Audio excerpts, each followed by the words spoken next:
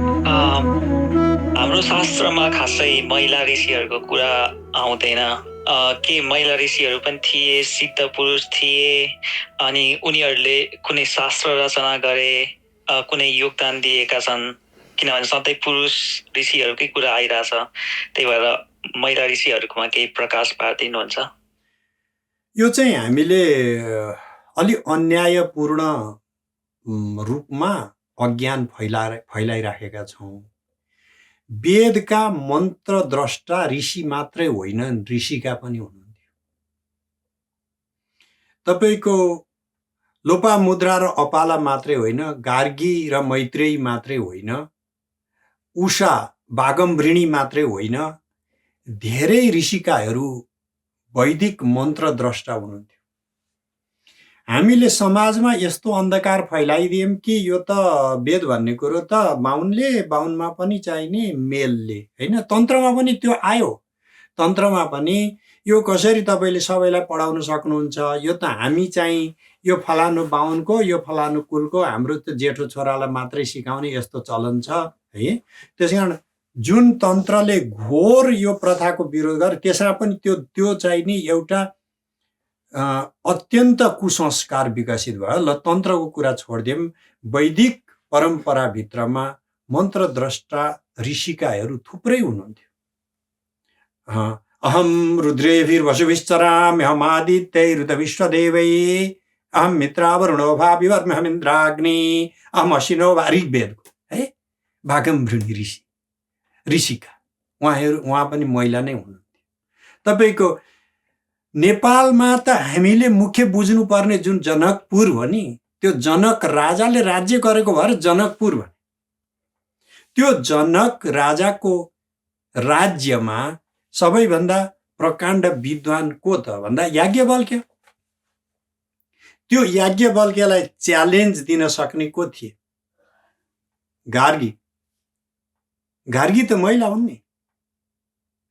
पछि यति धौधौ पर्यो याज्ञवल्क्यलाई कि इत ऊर्ध्वमा प्राक्षी, मलाई योभन्दा मासतिरको प्रश्न नगर है भनेर बुढा रिसाए। जङ्गिलो भएको बुढो मान्छे रिसाए है। महिलाहरू अलिकति कोमल हृदयका हुने हुनाले छोडिदिन् बिचरा।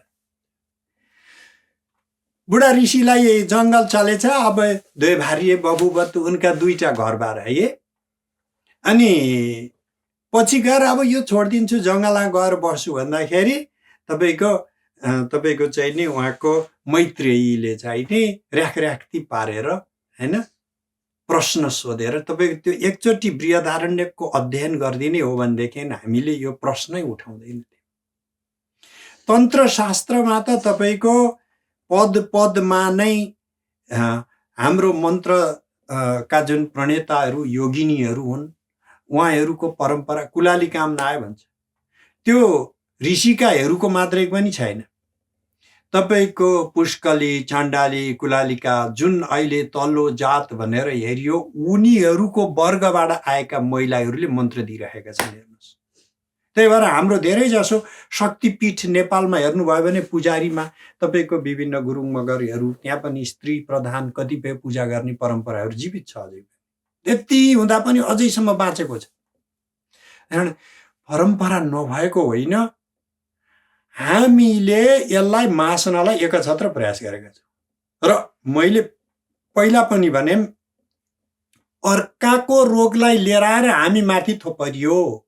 मैले अहिले भने अर्काको रोग भने के? बाइबल कुन चाहिँ महिलाले लेखेको, कुरान कुन चाहिँ महिलाले लेखेको, तोरा कुन चाहिँ महिलाले लेखेको, वेद त तपाईँको 100वटा म ऋषिका देखाइदिन सक्छु है। त्यो ऋषिका छैनन् भन्ने चाहिँ आक्षेप, जुन एक्युजेसन छ नि, त्यो एक्युजेसन चाहिँ हाम्रो धरातलबाट नभएर बाहिरी धरातलबाट प्रश्न गरियो। हामीले त्यसैको लैलैमा लागेर छैन रे नि त नि भनेर भन्न थाल्यौँ। पढ्नु ओर्नु छैन, परम्परा थाहा पाउनु छैन है। अन्धकार युग आयो। मैले अहिले पुरा समानता छ, पुरा श्रद्धा छ मैले भनेको होइन, अन्धकार युग आयो। तर हामी सधैँ त्यो युगमा थिएनौँ र भोलि हामी सधैँ यो अन्धकार युगमा रहने पनि छैनौँ। तपाईहरूको योगदान भनेकै यो नयाँ जागृतिको लागि हो। र हामीले शक्ति प्रधान यदि हाम्रो सिद्धान्त नभएको भए यत्रो शाक्त दर्शन जन्मिन्थ्यो कहाँ? हामीले यसलाई व्यवहारमा ल्याउन सकेनौँ, किनभने यसमा यो व्यवहार ल्याउनलाई गाह्रो पर्ने के थियो त भन्दा हाम्रो अर्थतन्त्र र राजतन्त्र चाहिँ पितृसत्तात्मक भइदियो। त्यो किसिमको शक्तिले चाहिँ हामीलाई यत्रो हाम्रो सांस्कृतिक विरासतमाथि राजकाज गर्यो, दबाइदियो। अहिले त त्यसले दबाउन सक्दैन नि। अब हामीले चाहिँ यसलाई भएका कुरालाई लुकाउने र छिपाउने अनि नभएका कुरा उब्जाउने चाहिँ होइन, तर यसलाई हामीले विश्लेषण गरेर हाम्रो समाजमा पस्किन त हाम्रो कर्तव्य हो नि।